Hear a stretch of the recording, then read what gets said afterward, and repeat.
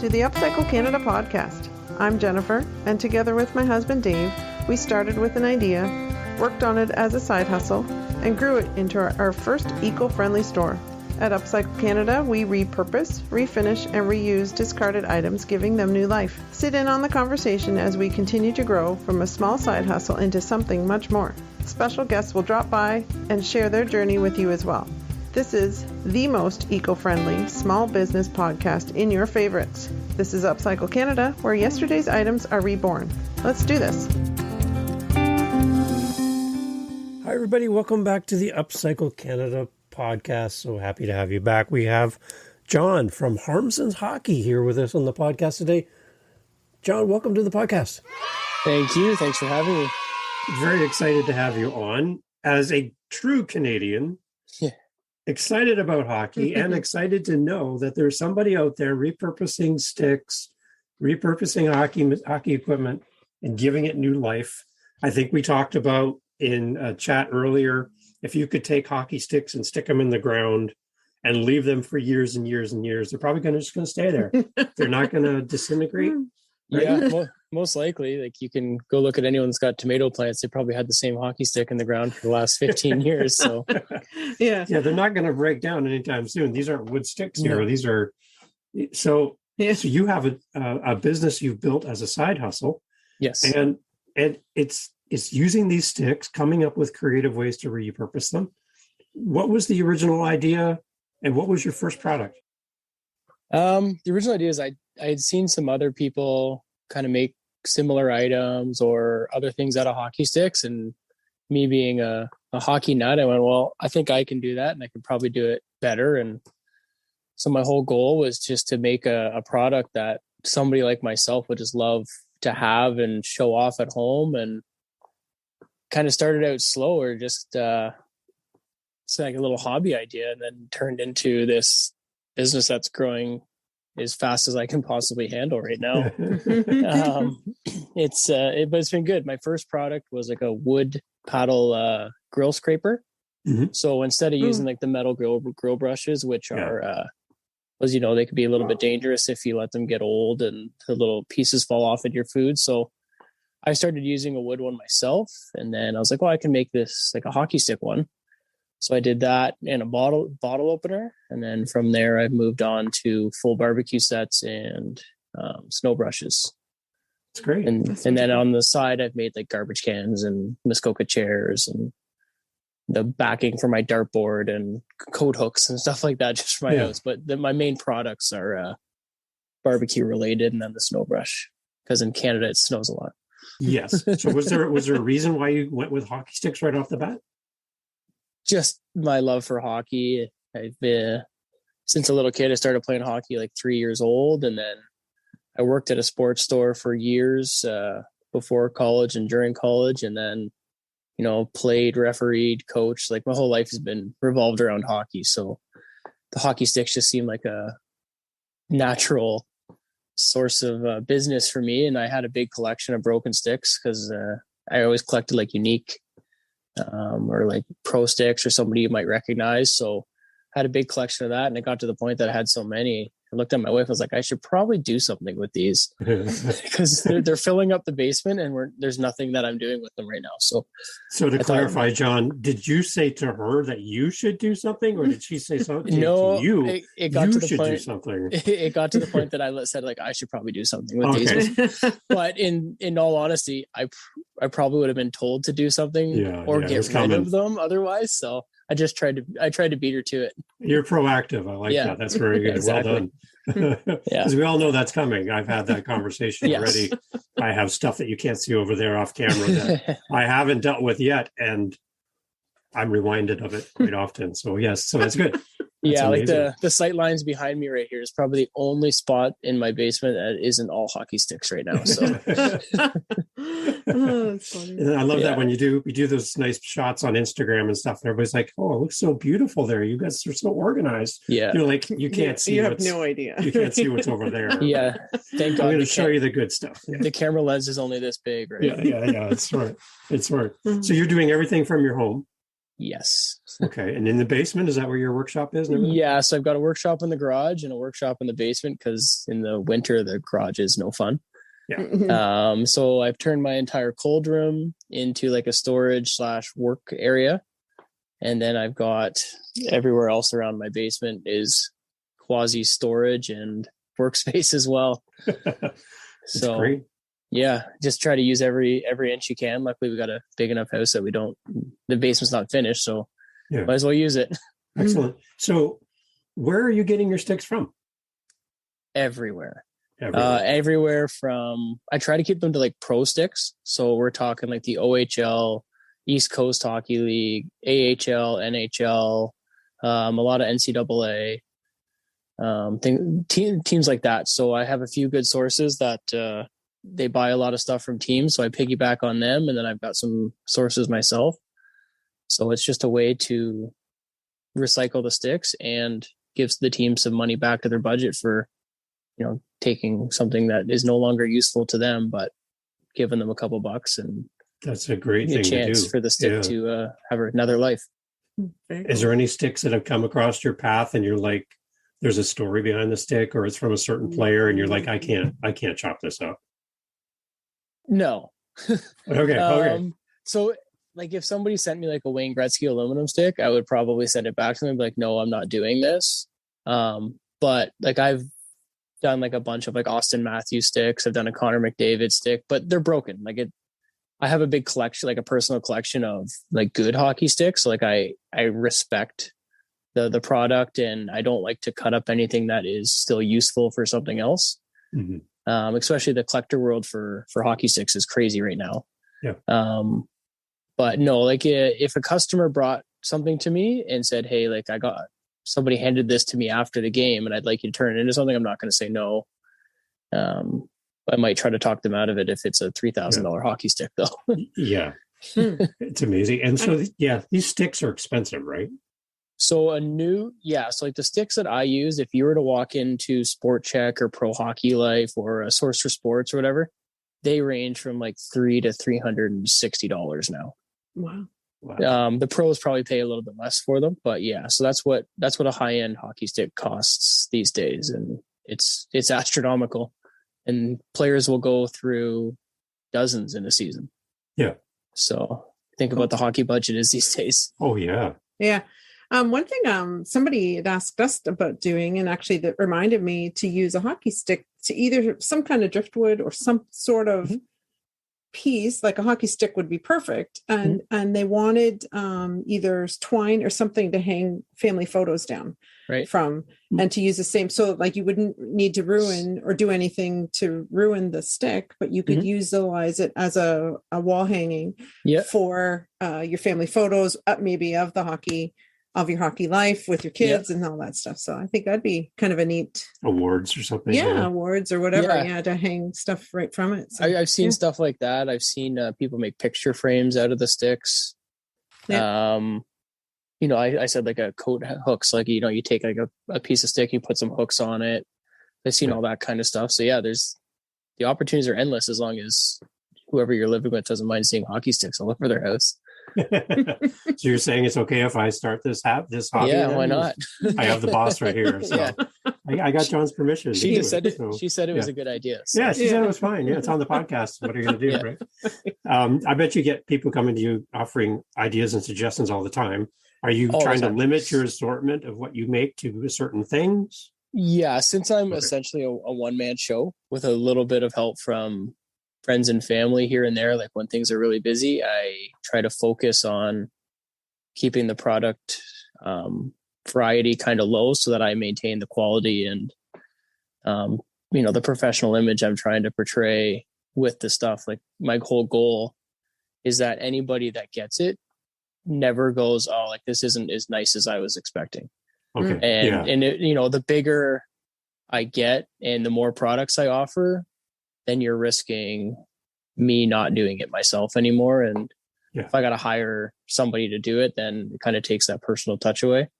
Starts to water it down a little bit, right? Like I'm definitely getting to the point that like I might need a little bit of help, but I try to keep it a little small. And the other problem is The sticks aren't that hard to get now that COVID's kind of done. Like people are breaking hockey sticks again.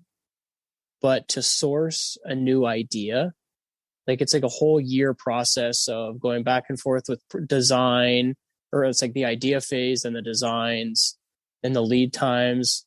And you go to any factory and you ask them for 300, they just laugh at you. We're talking thousands to get them to even consider taking your order. So, to get like my barbecue sets, I had to order 3,000 barbecue sets and 3,000 bottle openers. Oh. So, and that was considered like, oh, okay, we'll kind of do it. Like they didn't really want to at that number. Yeah. And as somebody just doing it out of your pocket in your basement, it gets a little tough. But the 1 year I've been doing it now has shown that it was worth doing. So, risk reward, I guess. Yeah. You've made some of that money back then, obviously. Yeah. No, I think we're doing okay now. But when that first, tens of thousands of dollars goes out the door and you're like, oh boy, what did I get myself into? Right. Yeah. And then COVID hit, like you guys said, like COVID hit. So it took me like over a year from originally hiring the person to source it for me to getting it, and then shipping went through the roof, and all the joys that everyone's been dealing with. I know exactly how they feel. Yeah. So how long have you been in business then, John? 2018, I started with just the wood scrapers and the bottle openers. And that was just very small. Like I was ordering a couple hundred at a time, seeing what I could sell, mostly Christmas orders, things like that. And then, I guess the end of 2020 into 21 is when I really started to get bigger. So excellent. And you're selling most of your products through your website then? Yeah, online is my main source. And actually, like, I don't know if you guys use it or not, but like Etsy has been massive for me. Good. Nice. Like massive. But I guess that's where people go to find unique, somewhat handmade items, right? Yes. But yeah, like I would say Etsy is 50%, if not more, of my sales. Really? That's great to hear. Yeah. Which is nice. And then I guess maybe they can see that I have a website and I look legit. I'm not just shipping somebody else's item, right? So before COVID, did you do any kind of vendor events at all? No, I hadn't got to that point yet. Okay. I was just doing Instagram and my website. I was just trying to build the brand at that point. Yeah. Because we have Etsy site as well. We sold a couple things. It hasn't been as good for us, but at the same time, we haven't put as much effort into it as we probably should. But we've actually connected with Etsy sellers in our community, and they do an Etsy only event for Etsy sellers. And you have to have an active Etsy account to even come to the show. So that if we get to that point and we can have shows again, that might be an interesting thing, because you'll meet other Etsy dealers and makers as well as yourself, right? Yeah, that's cool. Yeah. Like I think this winter, like Christmas season, I guess in November, is the first vendor thing I'd actually done that was scaled to like bringing vendors in, and it was crazy busy. Like it was awesome. But I think, people are so excited to get out, and COVID has really changed people's like outlook. Everyone's kind of looking for unique and homemade, not expensive and flashy from a big store. So that's what I found anyways. Yeah. People are starting to think more, and put more thought into shopping local and supporting local makers. Yeah. When you have ships of products stuck out in the ocean, they can't get in and stuff, and people are like, I just need to buy something for my family. It's kind of nice to be able to offer that. Yeah, and meet that need, right? So pretty amazing. Yeah. I know you have like a small line, like you were saying, of products you do make. Have you had specific custom orders on top of that? That's something a bit more unique that you've done, maybe one. Yeah. Yeah. Like, it's kind of still along my product line, but I'll have people that finish playing hockey, say at a college in the States, or are currently playing, and they'll send me one of their sticks or a couple of their sticks, either to make items for themselves, or a lot of the time it's for like their dad for Father's Day or Christmas. So like I've taken somebody's like personal item and turned it into something for them to give, which is cool. Yeah. Because, you finish playing hockey after 4 years at, whatever university, your parents only want so many of your sticks just sitting in the basement, but all of a sudden now they get to use it as a barbecue set, or, you make something out of it for them. It's kind of a unique memento. And then in terms of like full custom orders, I think, what have I done? Like I said, I made a garbage can which is pretty cool. Took a lot of hockey sticks though, so I haven't made too many of those. Muskoka chairs I've done. It's not something that I don't go out of my way to do it, because with COVID, sticks were in short supply and it takes way too many. What else have I done? I made like a snow pusher. So you know how like you go to like a dealership and it's not like a brush, but it's like that big paddle pusher that pushes the snow off. I've done that. I made a broom handle for somebody, just things like that. But shipping an entire length broom is just not logistical for me at this point. So, or like fire pokers I've done, like, you just put a piece of metal in the end of a hockey stick. So people can poke the fire up at the campsite or whatever. That's really cool. They're unique items, right? You're not going to find this at your big box store. You could do you could do like the thing for the marshmallows. I actually did. I made like a whole run of samples. I just wasn't happy with the product quality. I found because I tried to do like the retractable ones. You could like throw them in your bag camping or whatever. But I found that just the parts that I had were falling apart too easy. So it wasn't something I was willing to put out into the consumer base yet. But that's probably my next product, because that's the most request I get by far is the marshmallow roasters. Yeah, that'd be a great idea. Cool. I buy that. I think you put your hot dogs or whatever. Right? Yeah. One of them is down here somewhere. I just don't remember where I put it. But yeah. Neat. So John, I guess the other thing we want to kind of talk about, we have a second podcast besides the Upcycle Canada podcast. We have a podcast called Living My Side Hustle. And that's exactly what you're doing. Right. Yep. We've talked before. You've got a great career. You're loving your job, but this is something you're doing on the side. So there's an interesting point in having a side hustle where it's the honeymoon stage, where everything's new and it's exciting, and you make a couple things and you sell them to your friends and family, but then it starts to take off. Yeah. And like a runaway train with no brakes, here you go, John, you got a business now and you have a career, and now what's going to happen? Like, how do you maintain, and maybe I should ask your family this, but how do you maintain a balance and keep everything kind of just flowing along? What's your secret? Well, my wife always says that I hate sleep. So like even before this, like I was typically like a 4 to 6 hour kind of sleep person. So, working a 10-hour day, coming home, put the kids to bed after dinner, and then come down to the basement and work for 3-4 hours. I don't know, just a good use of my time. I could just be sitting on the couch, or I could be doing this. So, it's a grind, but I love doing it. So, you might have some days you're like, oh, I don't feel like doing it today. But then you get that one customer feedback that, they says they love it, or they reach out asking for something specific, and you talk to them back and forth a couple times, and then send them something, and it's, they tell you how much they love it. It's like, it's all worth it. So it's just the grind. Just keep going. Sleep's overrated. So I'm sure you guys know. Yeah. Nobody's going to pay you to sleep, right? No one. No. Yeah. That's basically my secret, is this. Use every minute the best that you possibly can. If you're sitting there waiting for something to cook, well, update your Instagram post. If you're, you got a couple hours at night between going to bed and when the kids went to bed, instead of just sitting down watching the Leaf game, I come down here and I untape hockey sticks while watching the Leaf game. Stuff like that. Just try to multitask and double dip as much as you can.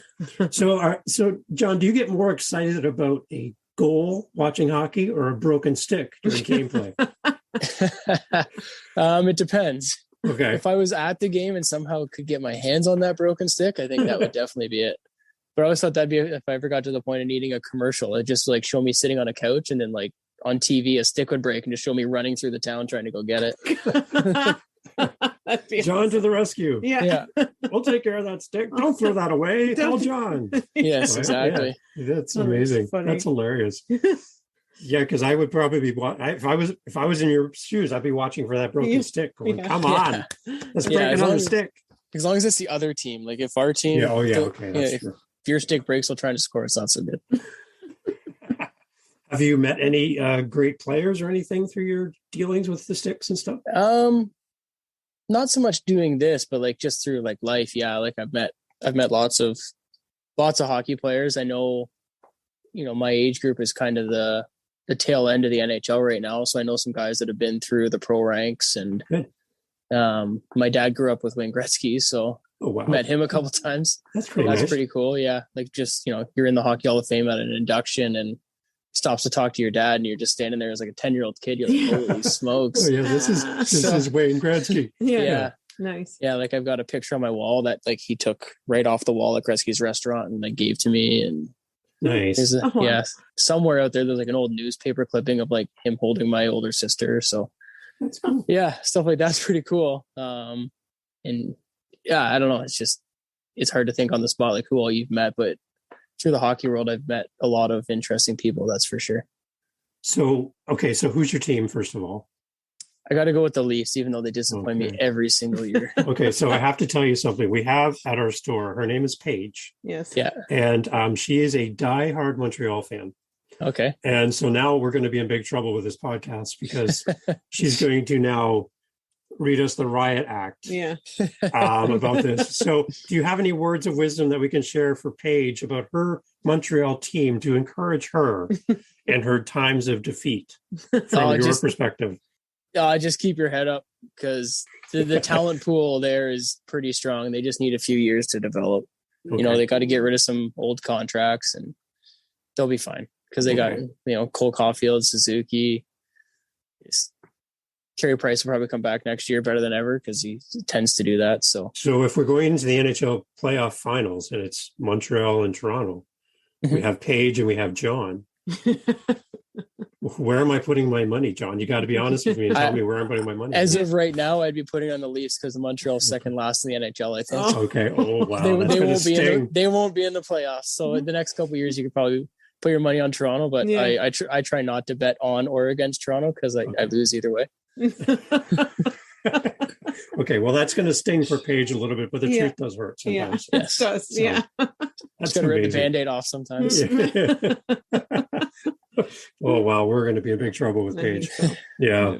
So John, okay, so you have your small business, your side hustle, you're working it away, it's growing, things are going well, you're getting good reviews, you're loving it. Where are you going with this? Like, what does the future look like for you and for your business? Kind of hope that one day either I can do it full time or hand it off to the kids to do, make it something that's sustainable to be, maybe not even, I don't know if I could get it to be like full time to match what I do outside of this, but if you could get it to the point that, you could have an employee or two and, give them some employment and maintain the same quality and everything. I think that'd be my goal. Like, 10 years, kind of see where we're at. I know it sounds like a long time, but you don't really know what you have until you really got it like humming along. So, on the side hustle thing. So we've got Harmsen's hockey going on, my full-time job. And then me and my wife are also planting a Christmas tree farm this spring. So, as you said, who needs sleep, right? Might as well start farming on the side too. Well, you got a few extra minutes between jobs. So yeah. I figure Christmas trees are only like 3 times a year, planting, cutting, selling. So we'll see how that goes. Wow. I think I found my new inspiration in life right here. You don't have a lot of downtime, John. No, but the hope would be, 10, 15 years, maybe I could do this in the trees solely, but we'll wait and see. Excellent. Yeah. So for you, building a community around your small business, your side hustle, what's worked for you? What hasn't worked for you? Like on social media, is there one that's better for you and not so good? What do you like?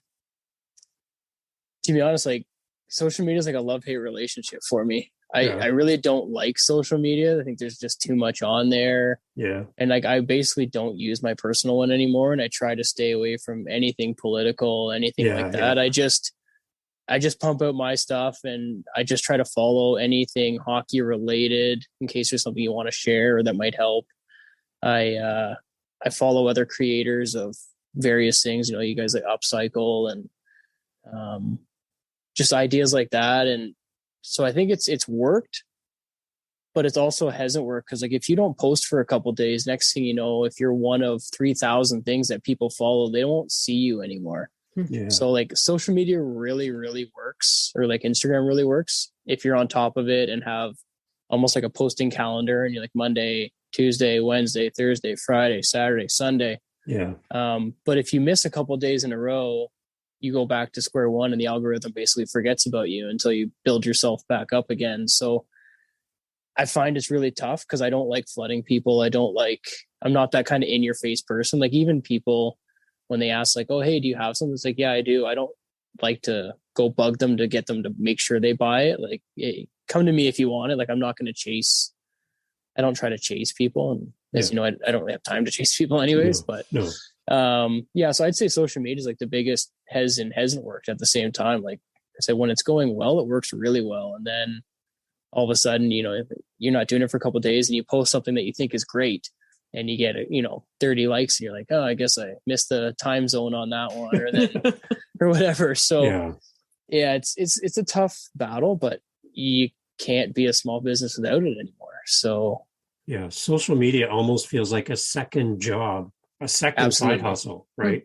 You make the product and then you have to go promote the product. You have to do both. Yeah. You can see why major companies have like an entire division strictly for, and it's not just advertising anymore. Like their advertising budget probably got cut in half and sent over to social media.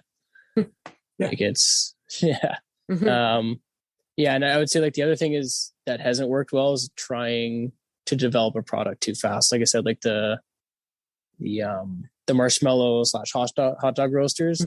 I tried to kind of like half-ass it and that didn't work out. And it didn't live up to the quality standards I wanted. So take it slow, grow it properly instead of just trying to jump to the next step. That's what I find anyways. Yeah. It's amazing. Yeah. Having a good quality right off the bat. So you have your standards set high already and people would expect that then too, which is good. So if you critique your own thing, I know even for what we do, there's a certain standard. We both will critique each other's. It's like, oh, I didn't see that. You missed something. And it's nice to have other people kind of look at your stuff before you say, yes, this is good. Or Yeah, for sure. You never know whose hands that's going to end up in. And well, that's just it. Yeah. You never know because it could be the right person gets a hold of it. Somebody that's looking to grow it. So you just never know. You want to maintain that quality aspect and that personal touch to make sure that everything looks good every time because you just never know. And word of mouth is the best thing for a small business, better than social media, everything. Like, it is. Somebody buys and hands it off to somebody and they go, wow, I really like this. I'm going to get this the next time I need a gift for somebody. So it's what happens when you're not in the room, right? And the comments about you when you're not there. As much as social media is important, that word of mouth marketing is great. Right? Because it's coming from a trusted source. Just like if I said to you, John, you should see this show on Netflix. I really like it. I think you'd like it. I think you'd like this show. You're more likely to listen to it or watch it because it came from somebody that you trust than a commercial. Right. Right? Absolutely. So when you get on Instagram and you're like, hey, this is John, here's my new product. It's coming from you directly. People are more likely to buy into it. Right. So it's good. Cool. It's really cool. So you have no shortage of sticks. Not right now. No. So if somebody listens to this podcast and they're like, I've got a barn, John, and it's got like 10,000 sticks. Are you interested? Like, can people reach out to you if they have sticks they want to donate or what? My answer, if you had a barn of 10,000 sticks, probably when can I come? Okay. See, there you go. Okay, Can I set up shop in your barn? Right? Yeah, exactly. I might have to bring my saw to fit it all into the truck. Can I bring my bed? Because my wife's not going to let me come home. I'm willing to take in sticks. Like I said, I only use certain ones, but I also know other people and I will take in everything and then I will find somebody else to use the ones that I won't. There's lots of people out there looking to do, personal little things here and there. So I get reached out to a lot. So I try to keep a bin or two of things that I personally won't use because it's not, that elite level pro style stick, but it still has lots of use. So I generally pass them along to somebody else. So I try to take everything because, what's the point of being a hockey stick recycling business if you only take some?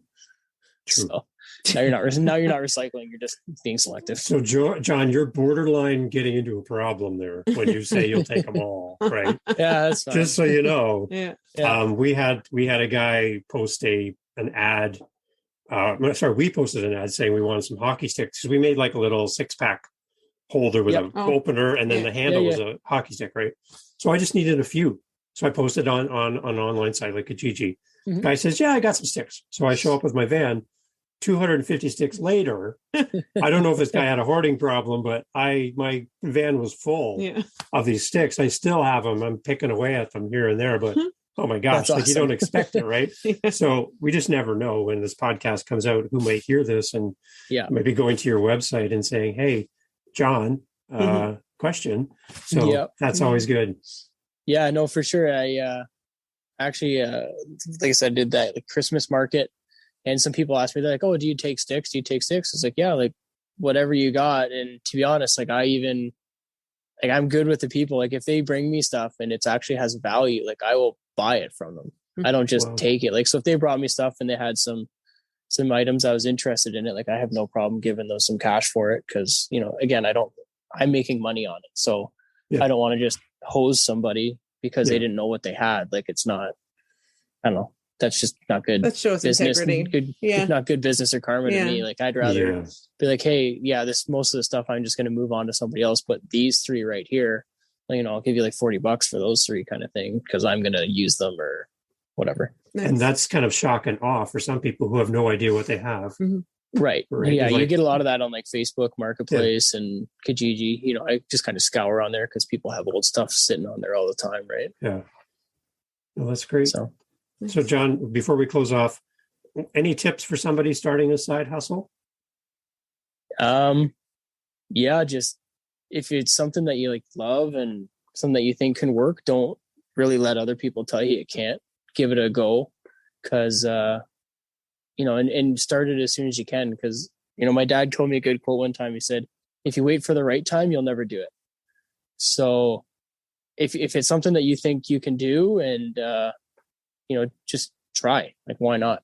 I just tried and it's turned into something a lot bigger than I expected it was going to be. So I went from trying to get rid of some of the stuff in my basement to operating a full scale business out of it. So it's totally worth it. Do your research, use the right programs, like make sure your accounting's in line, have a paper calendar or a whiteboard where you can write things down because you're not always going to remember.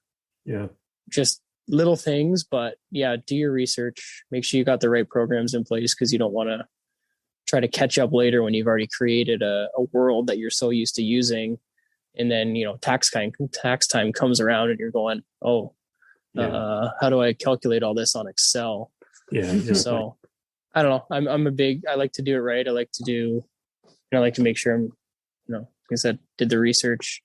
Good. But I'm also the kind of guy that's like, let's just do it.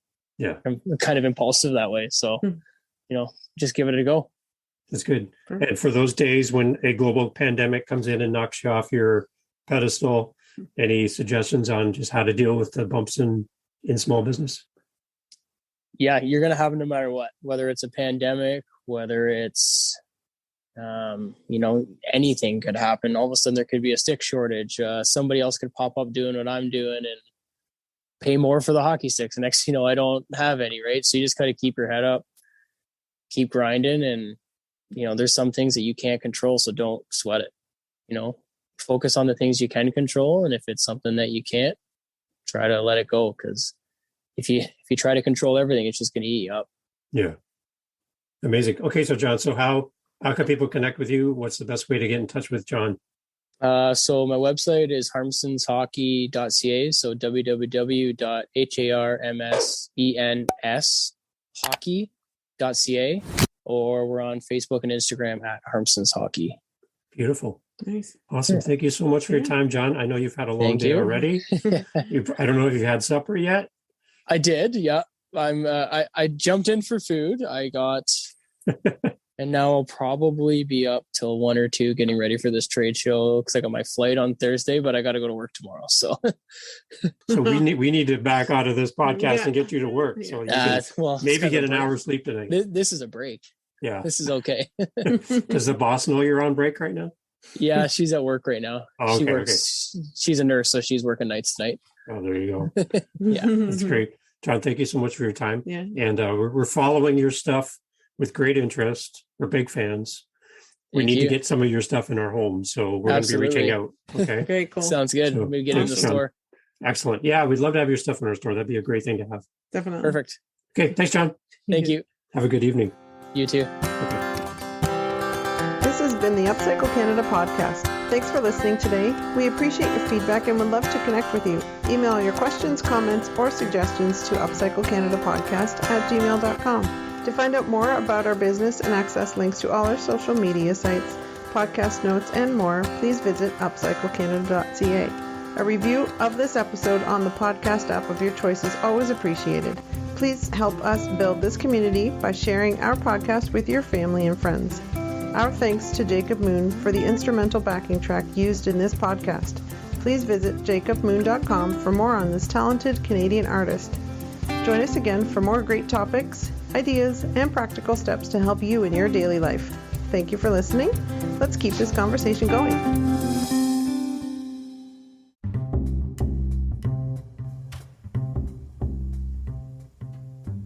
Hey,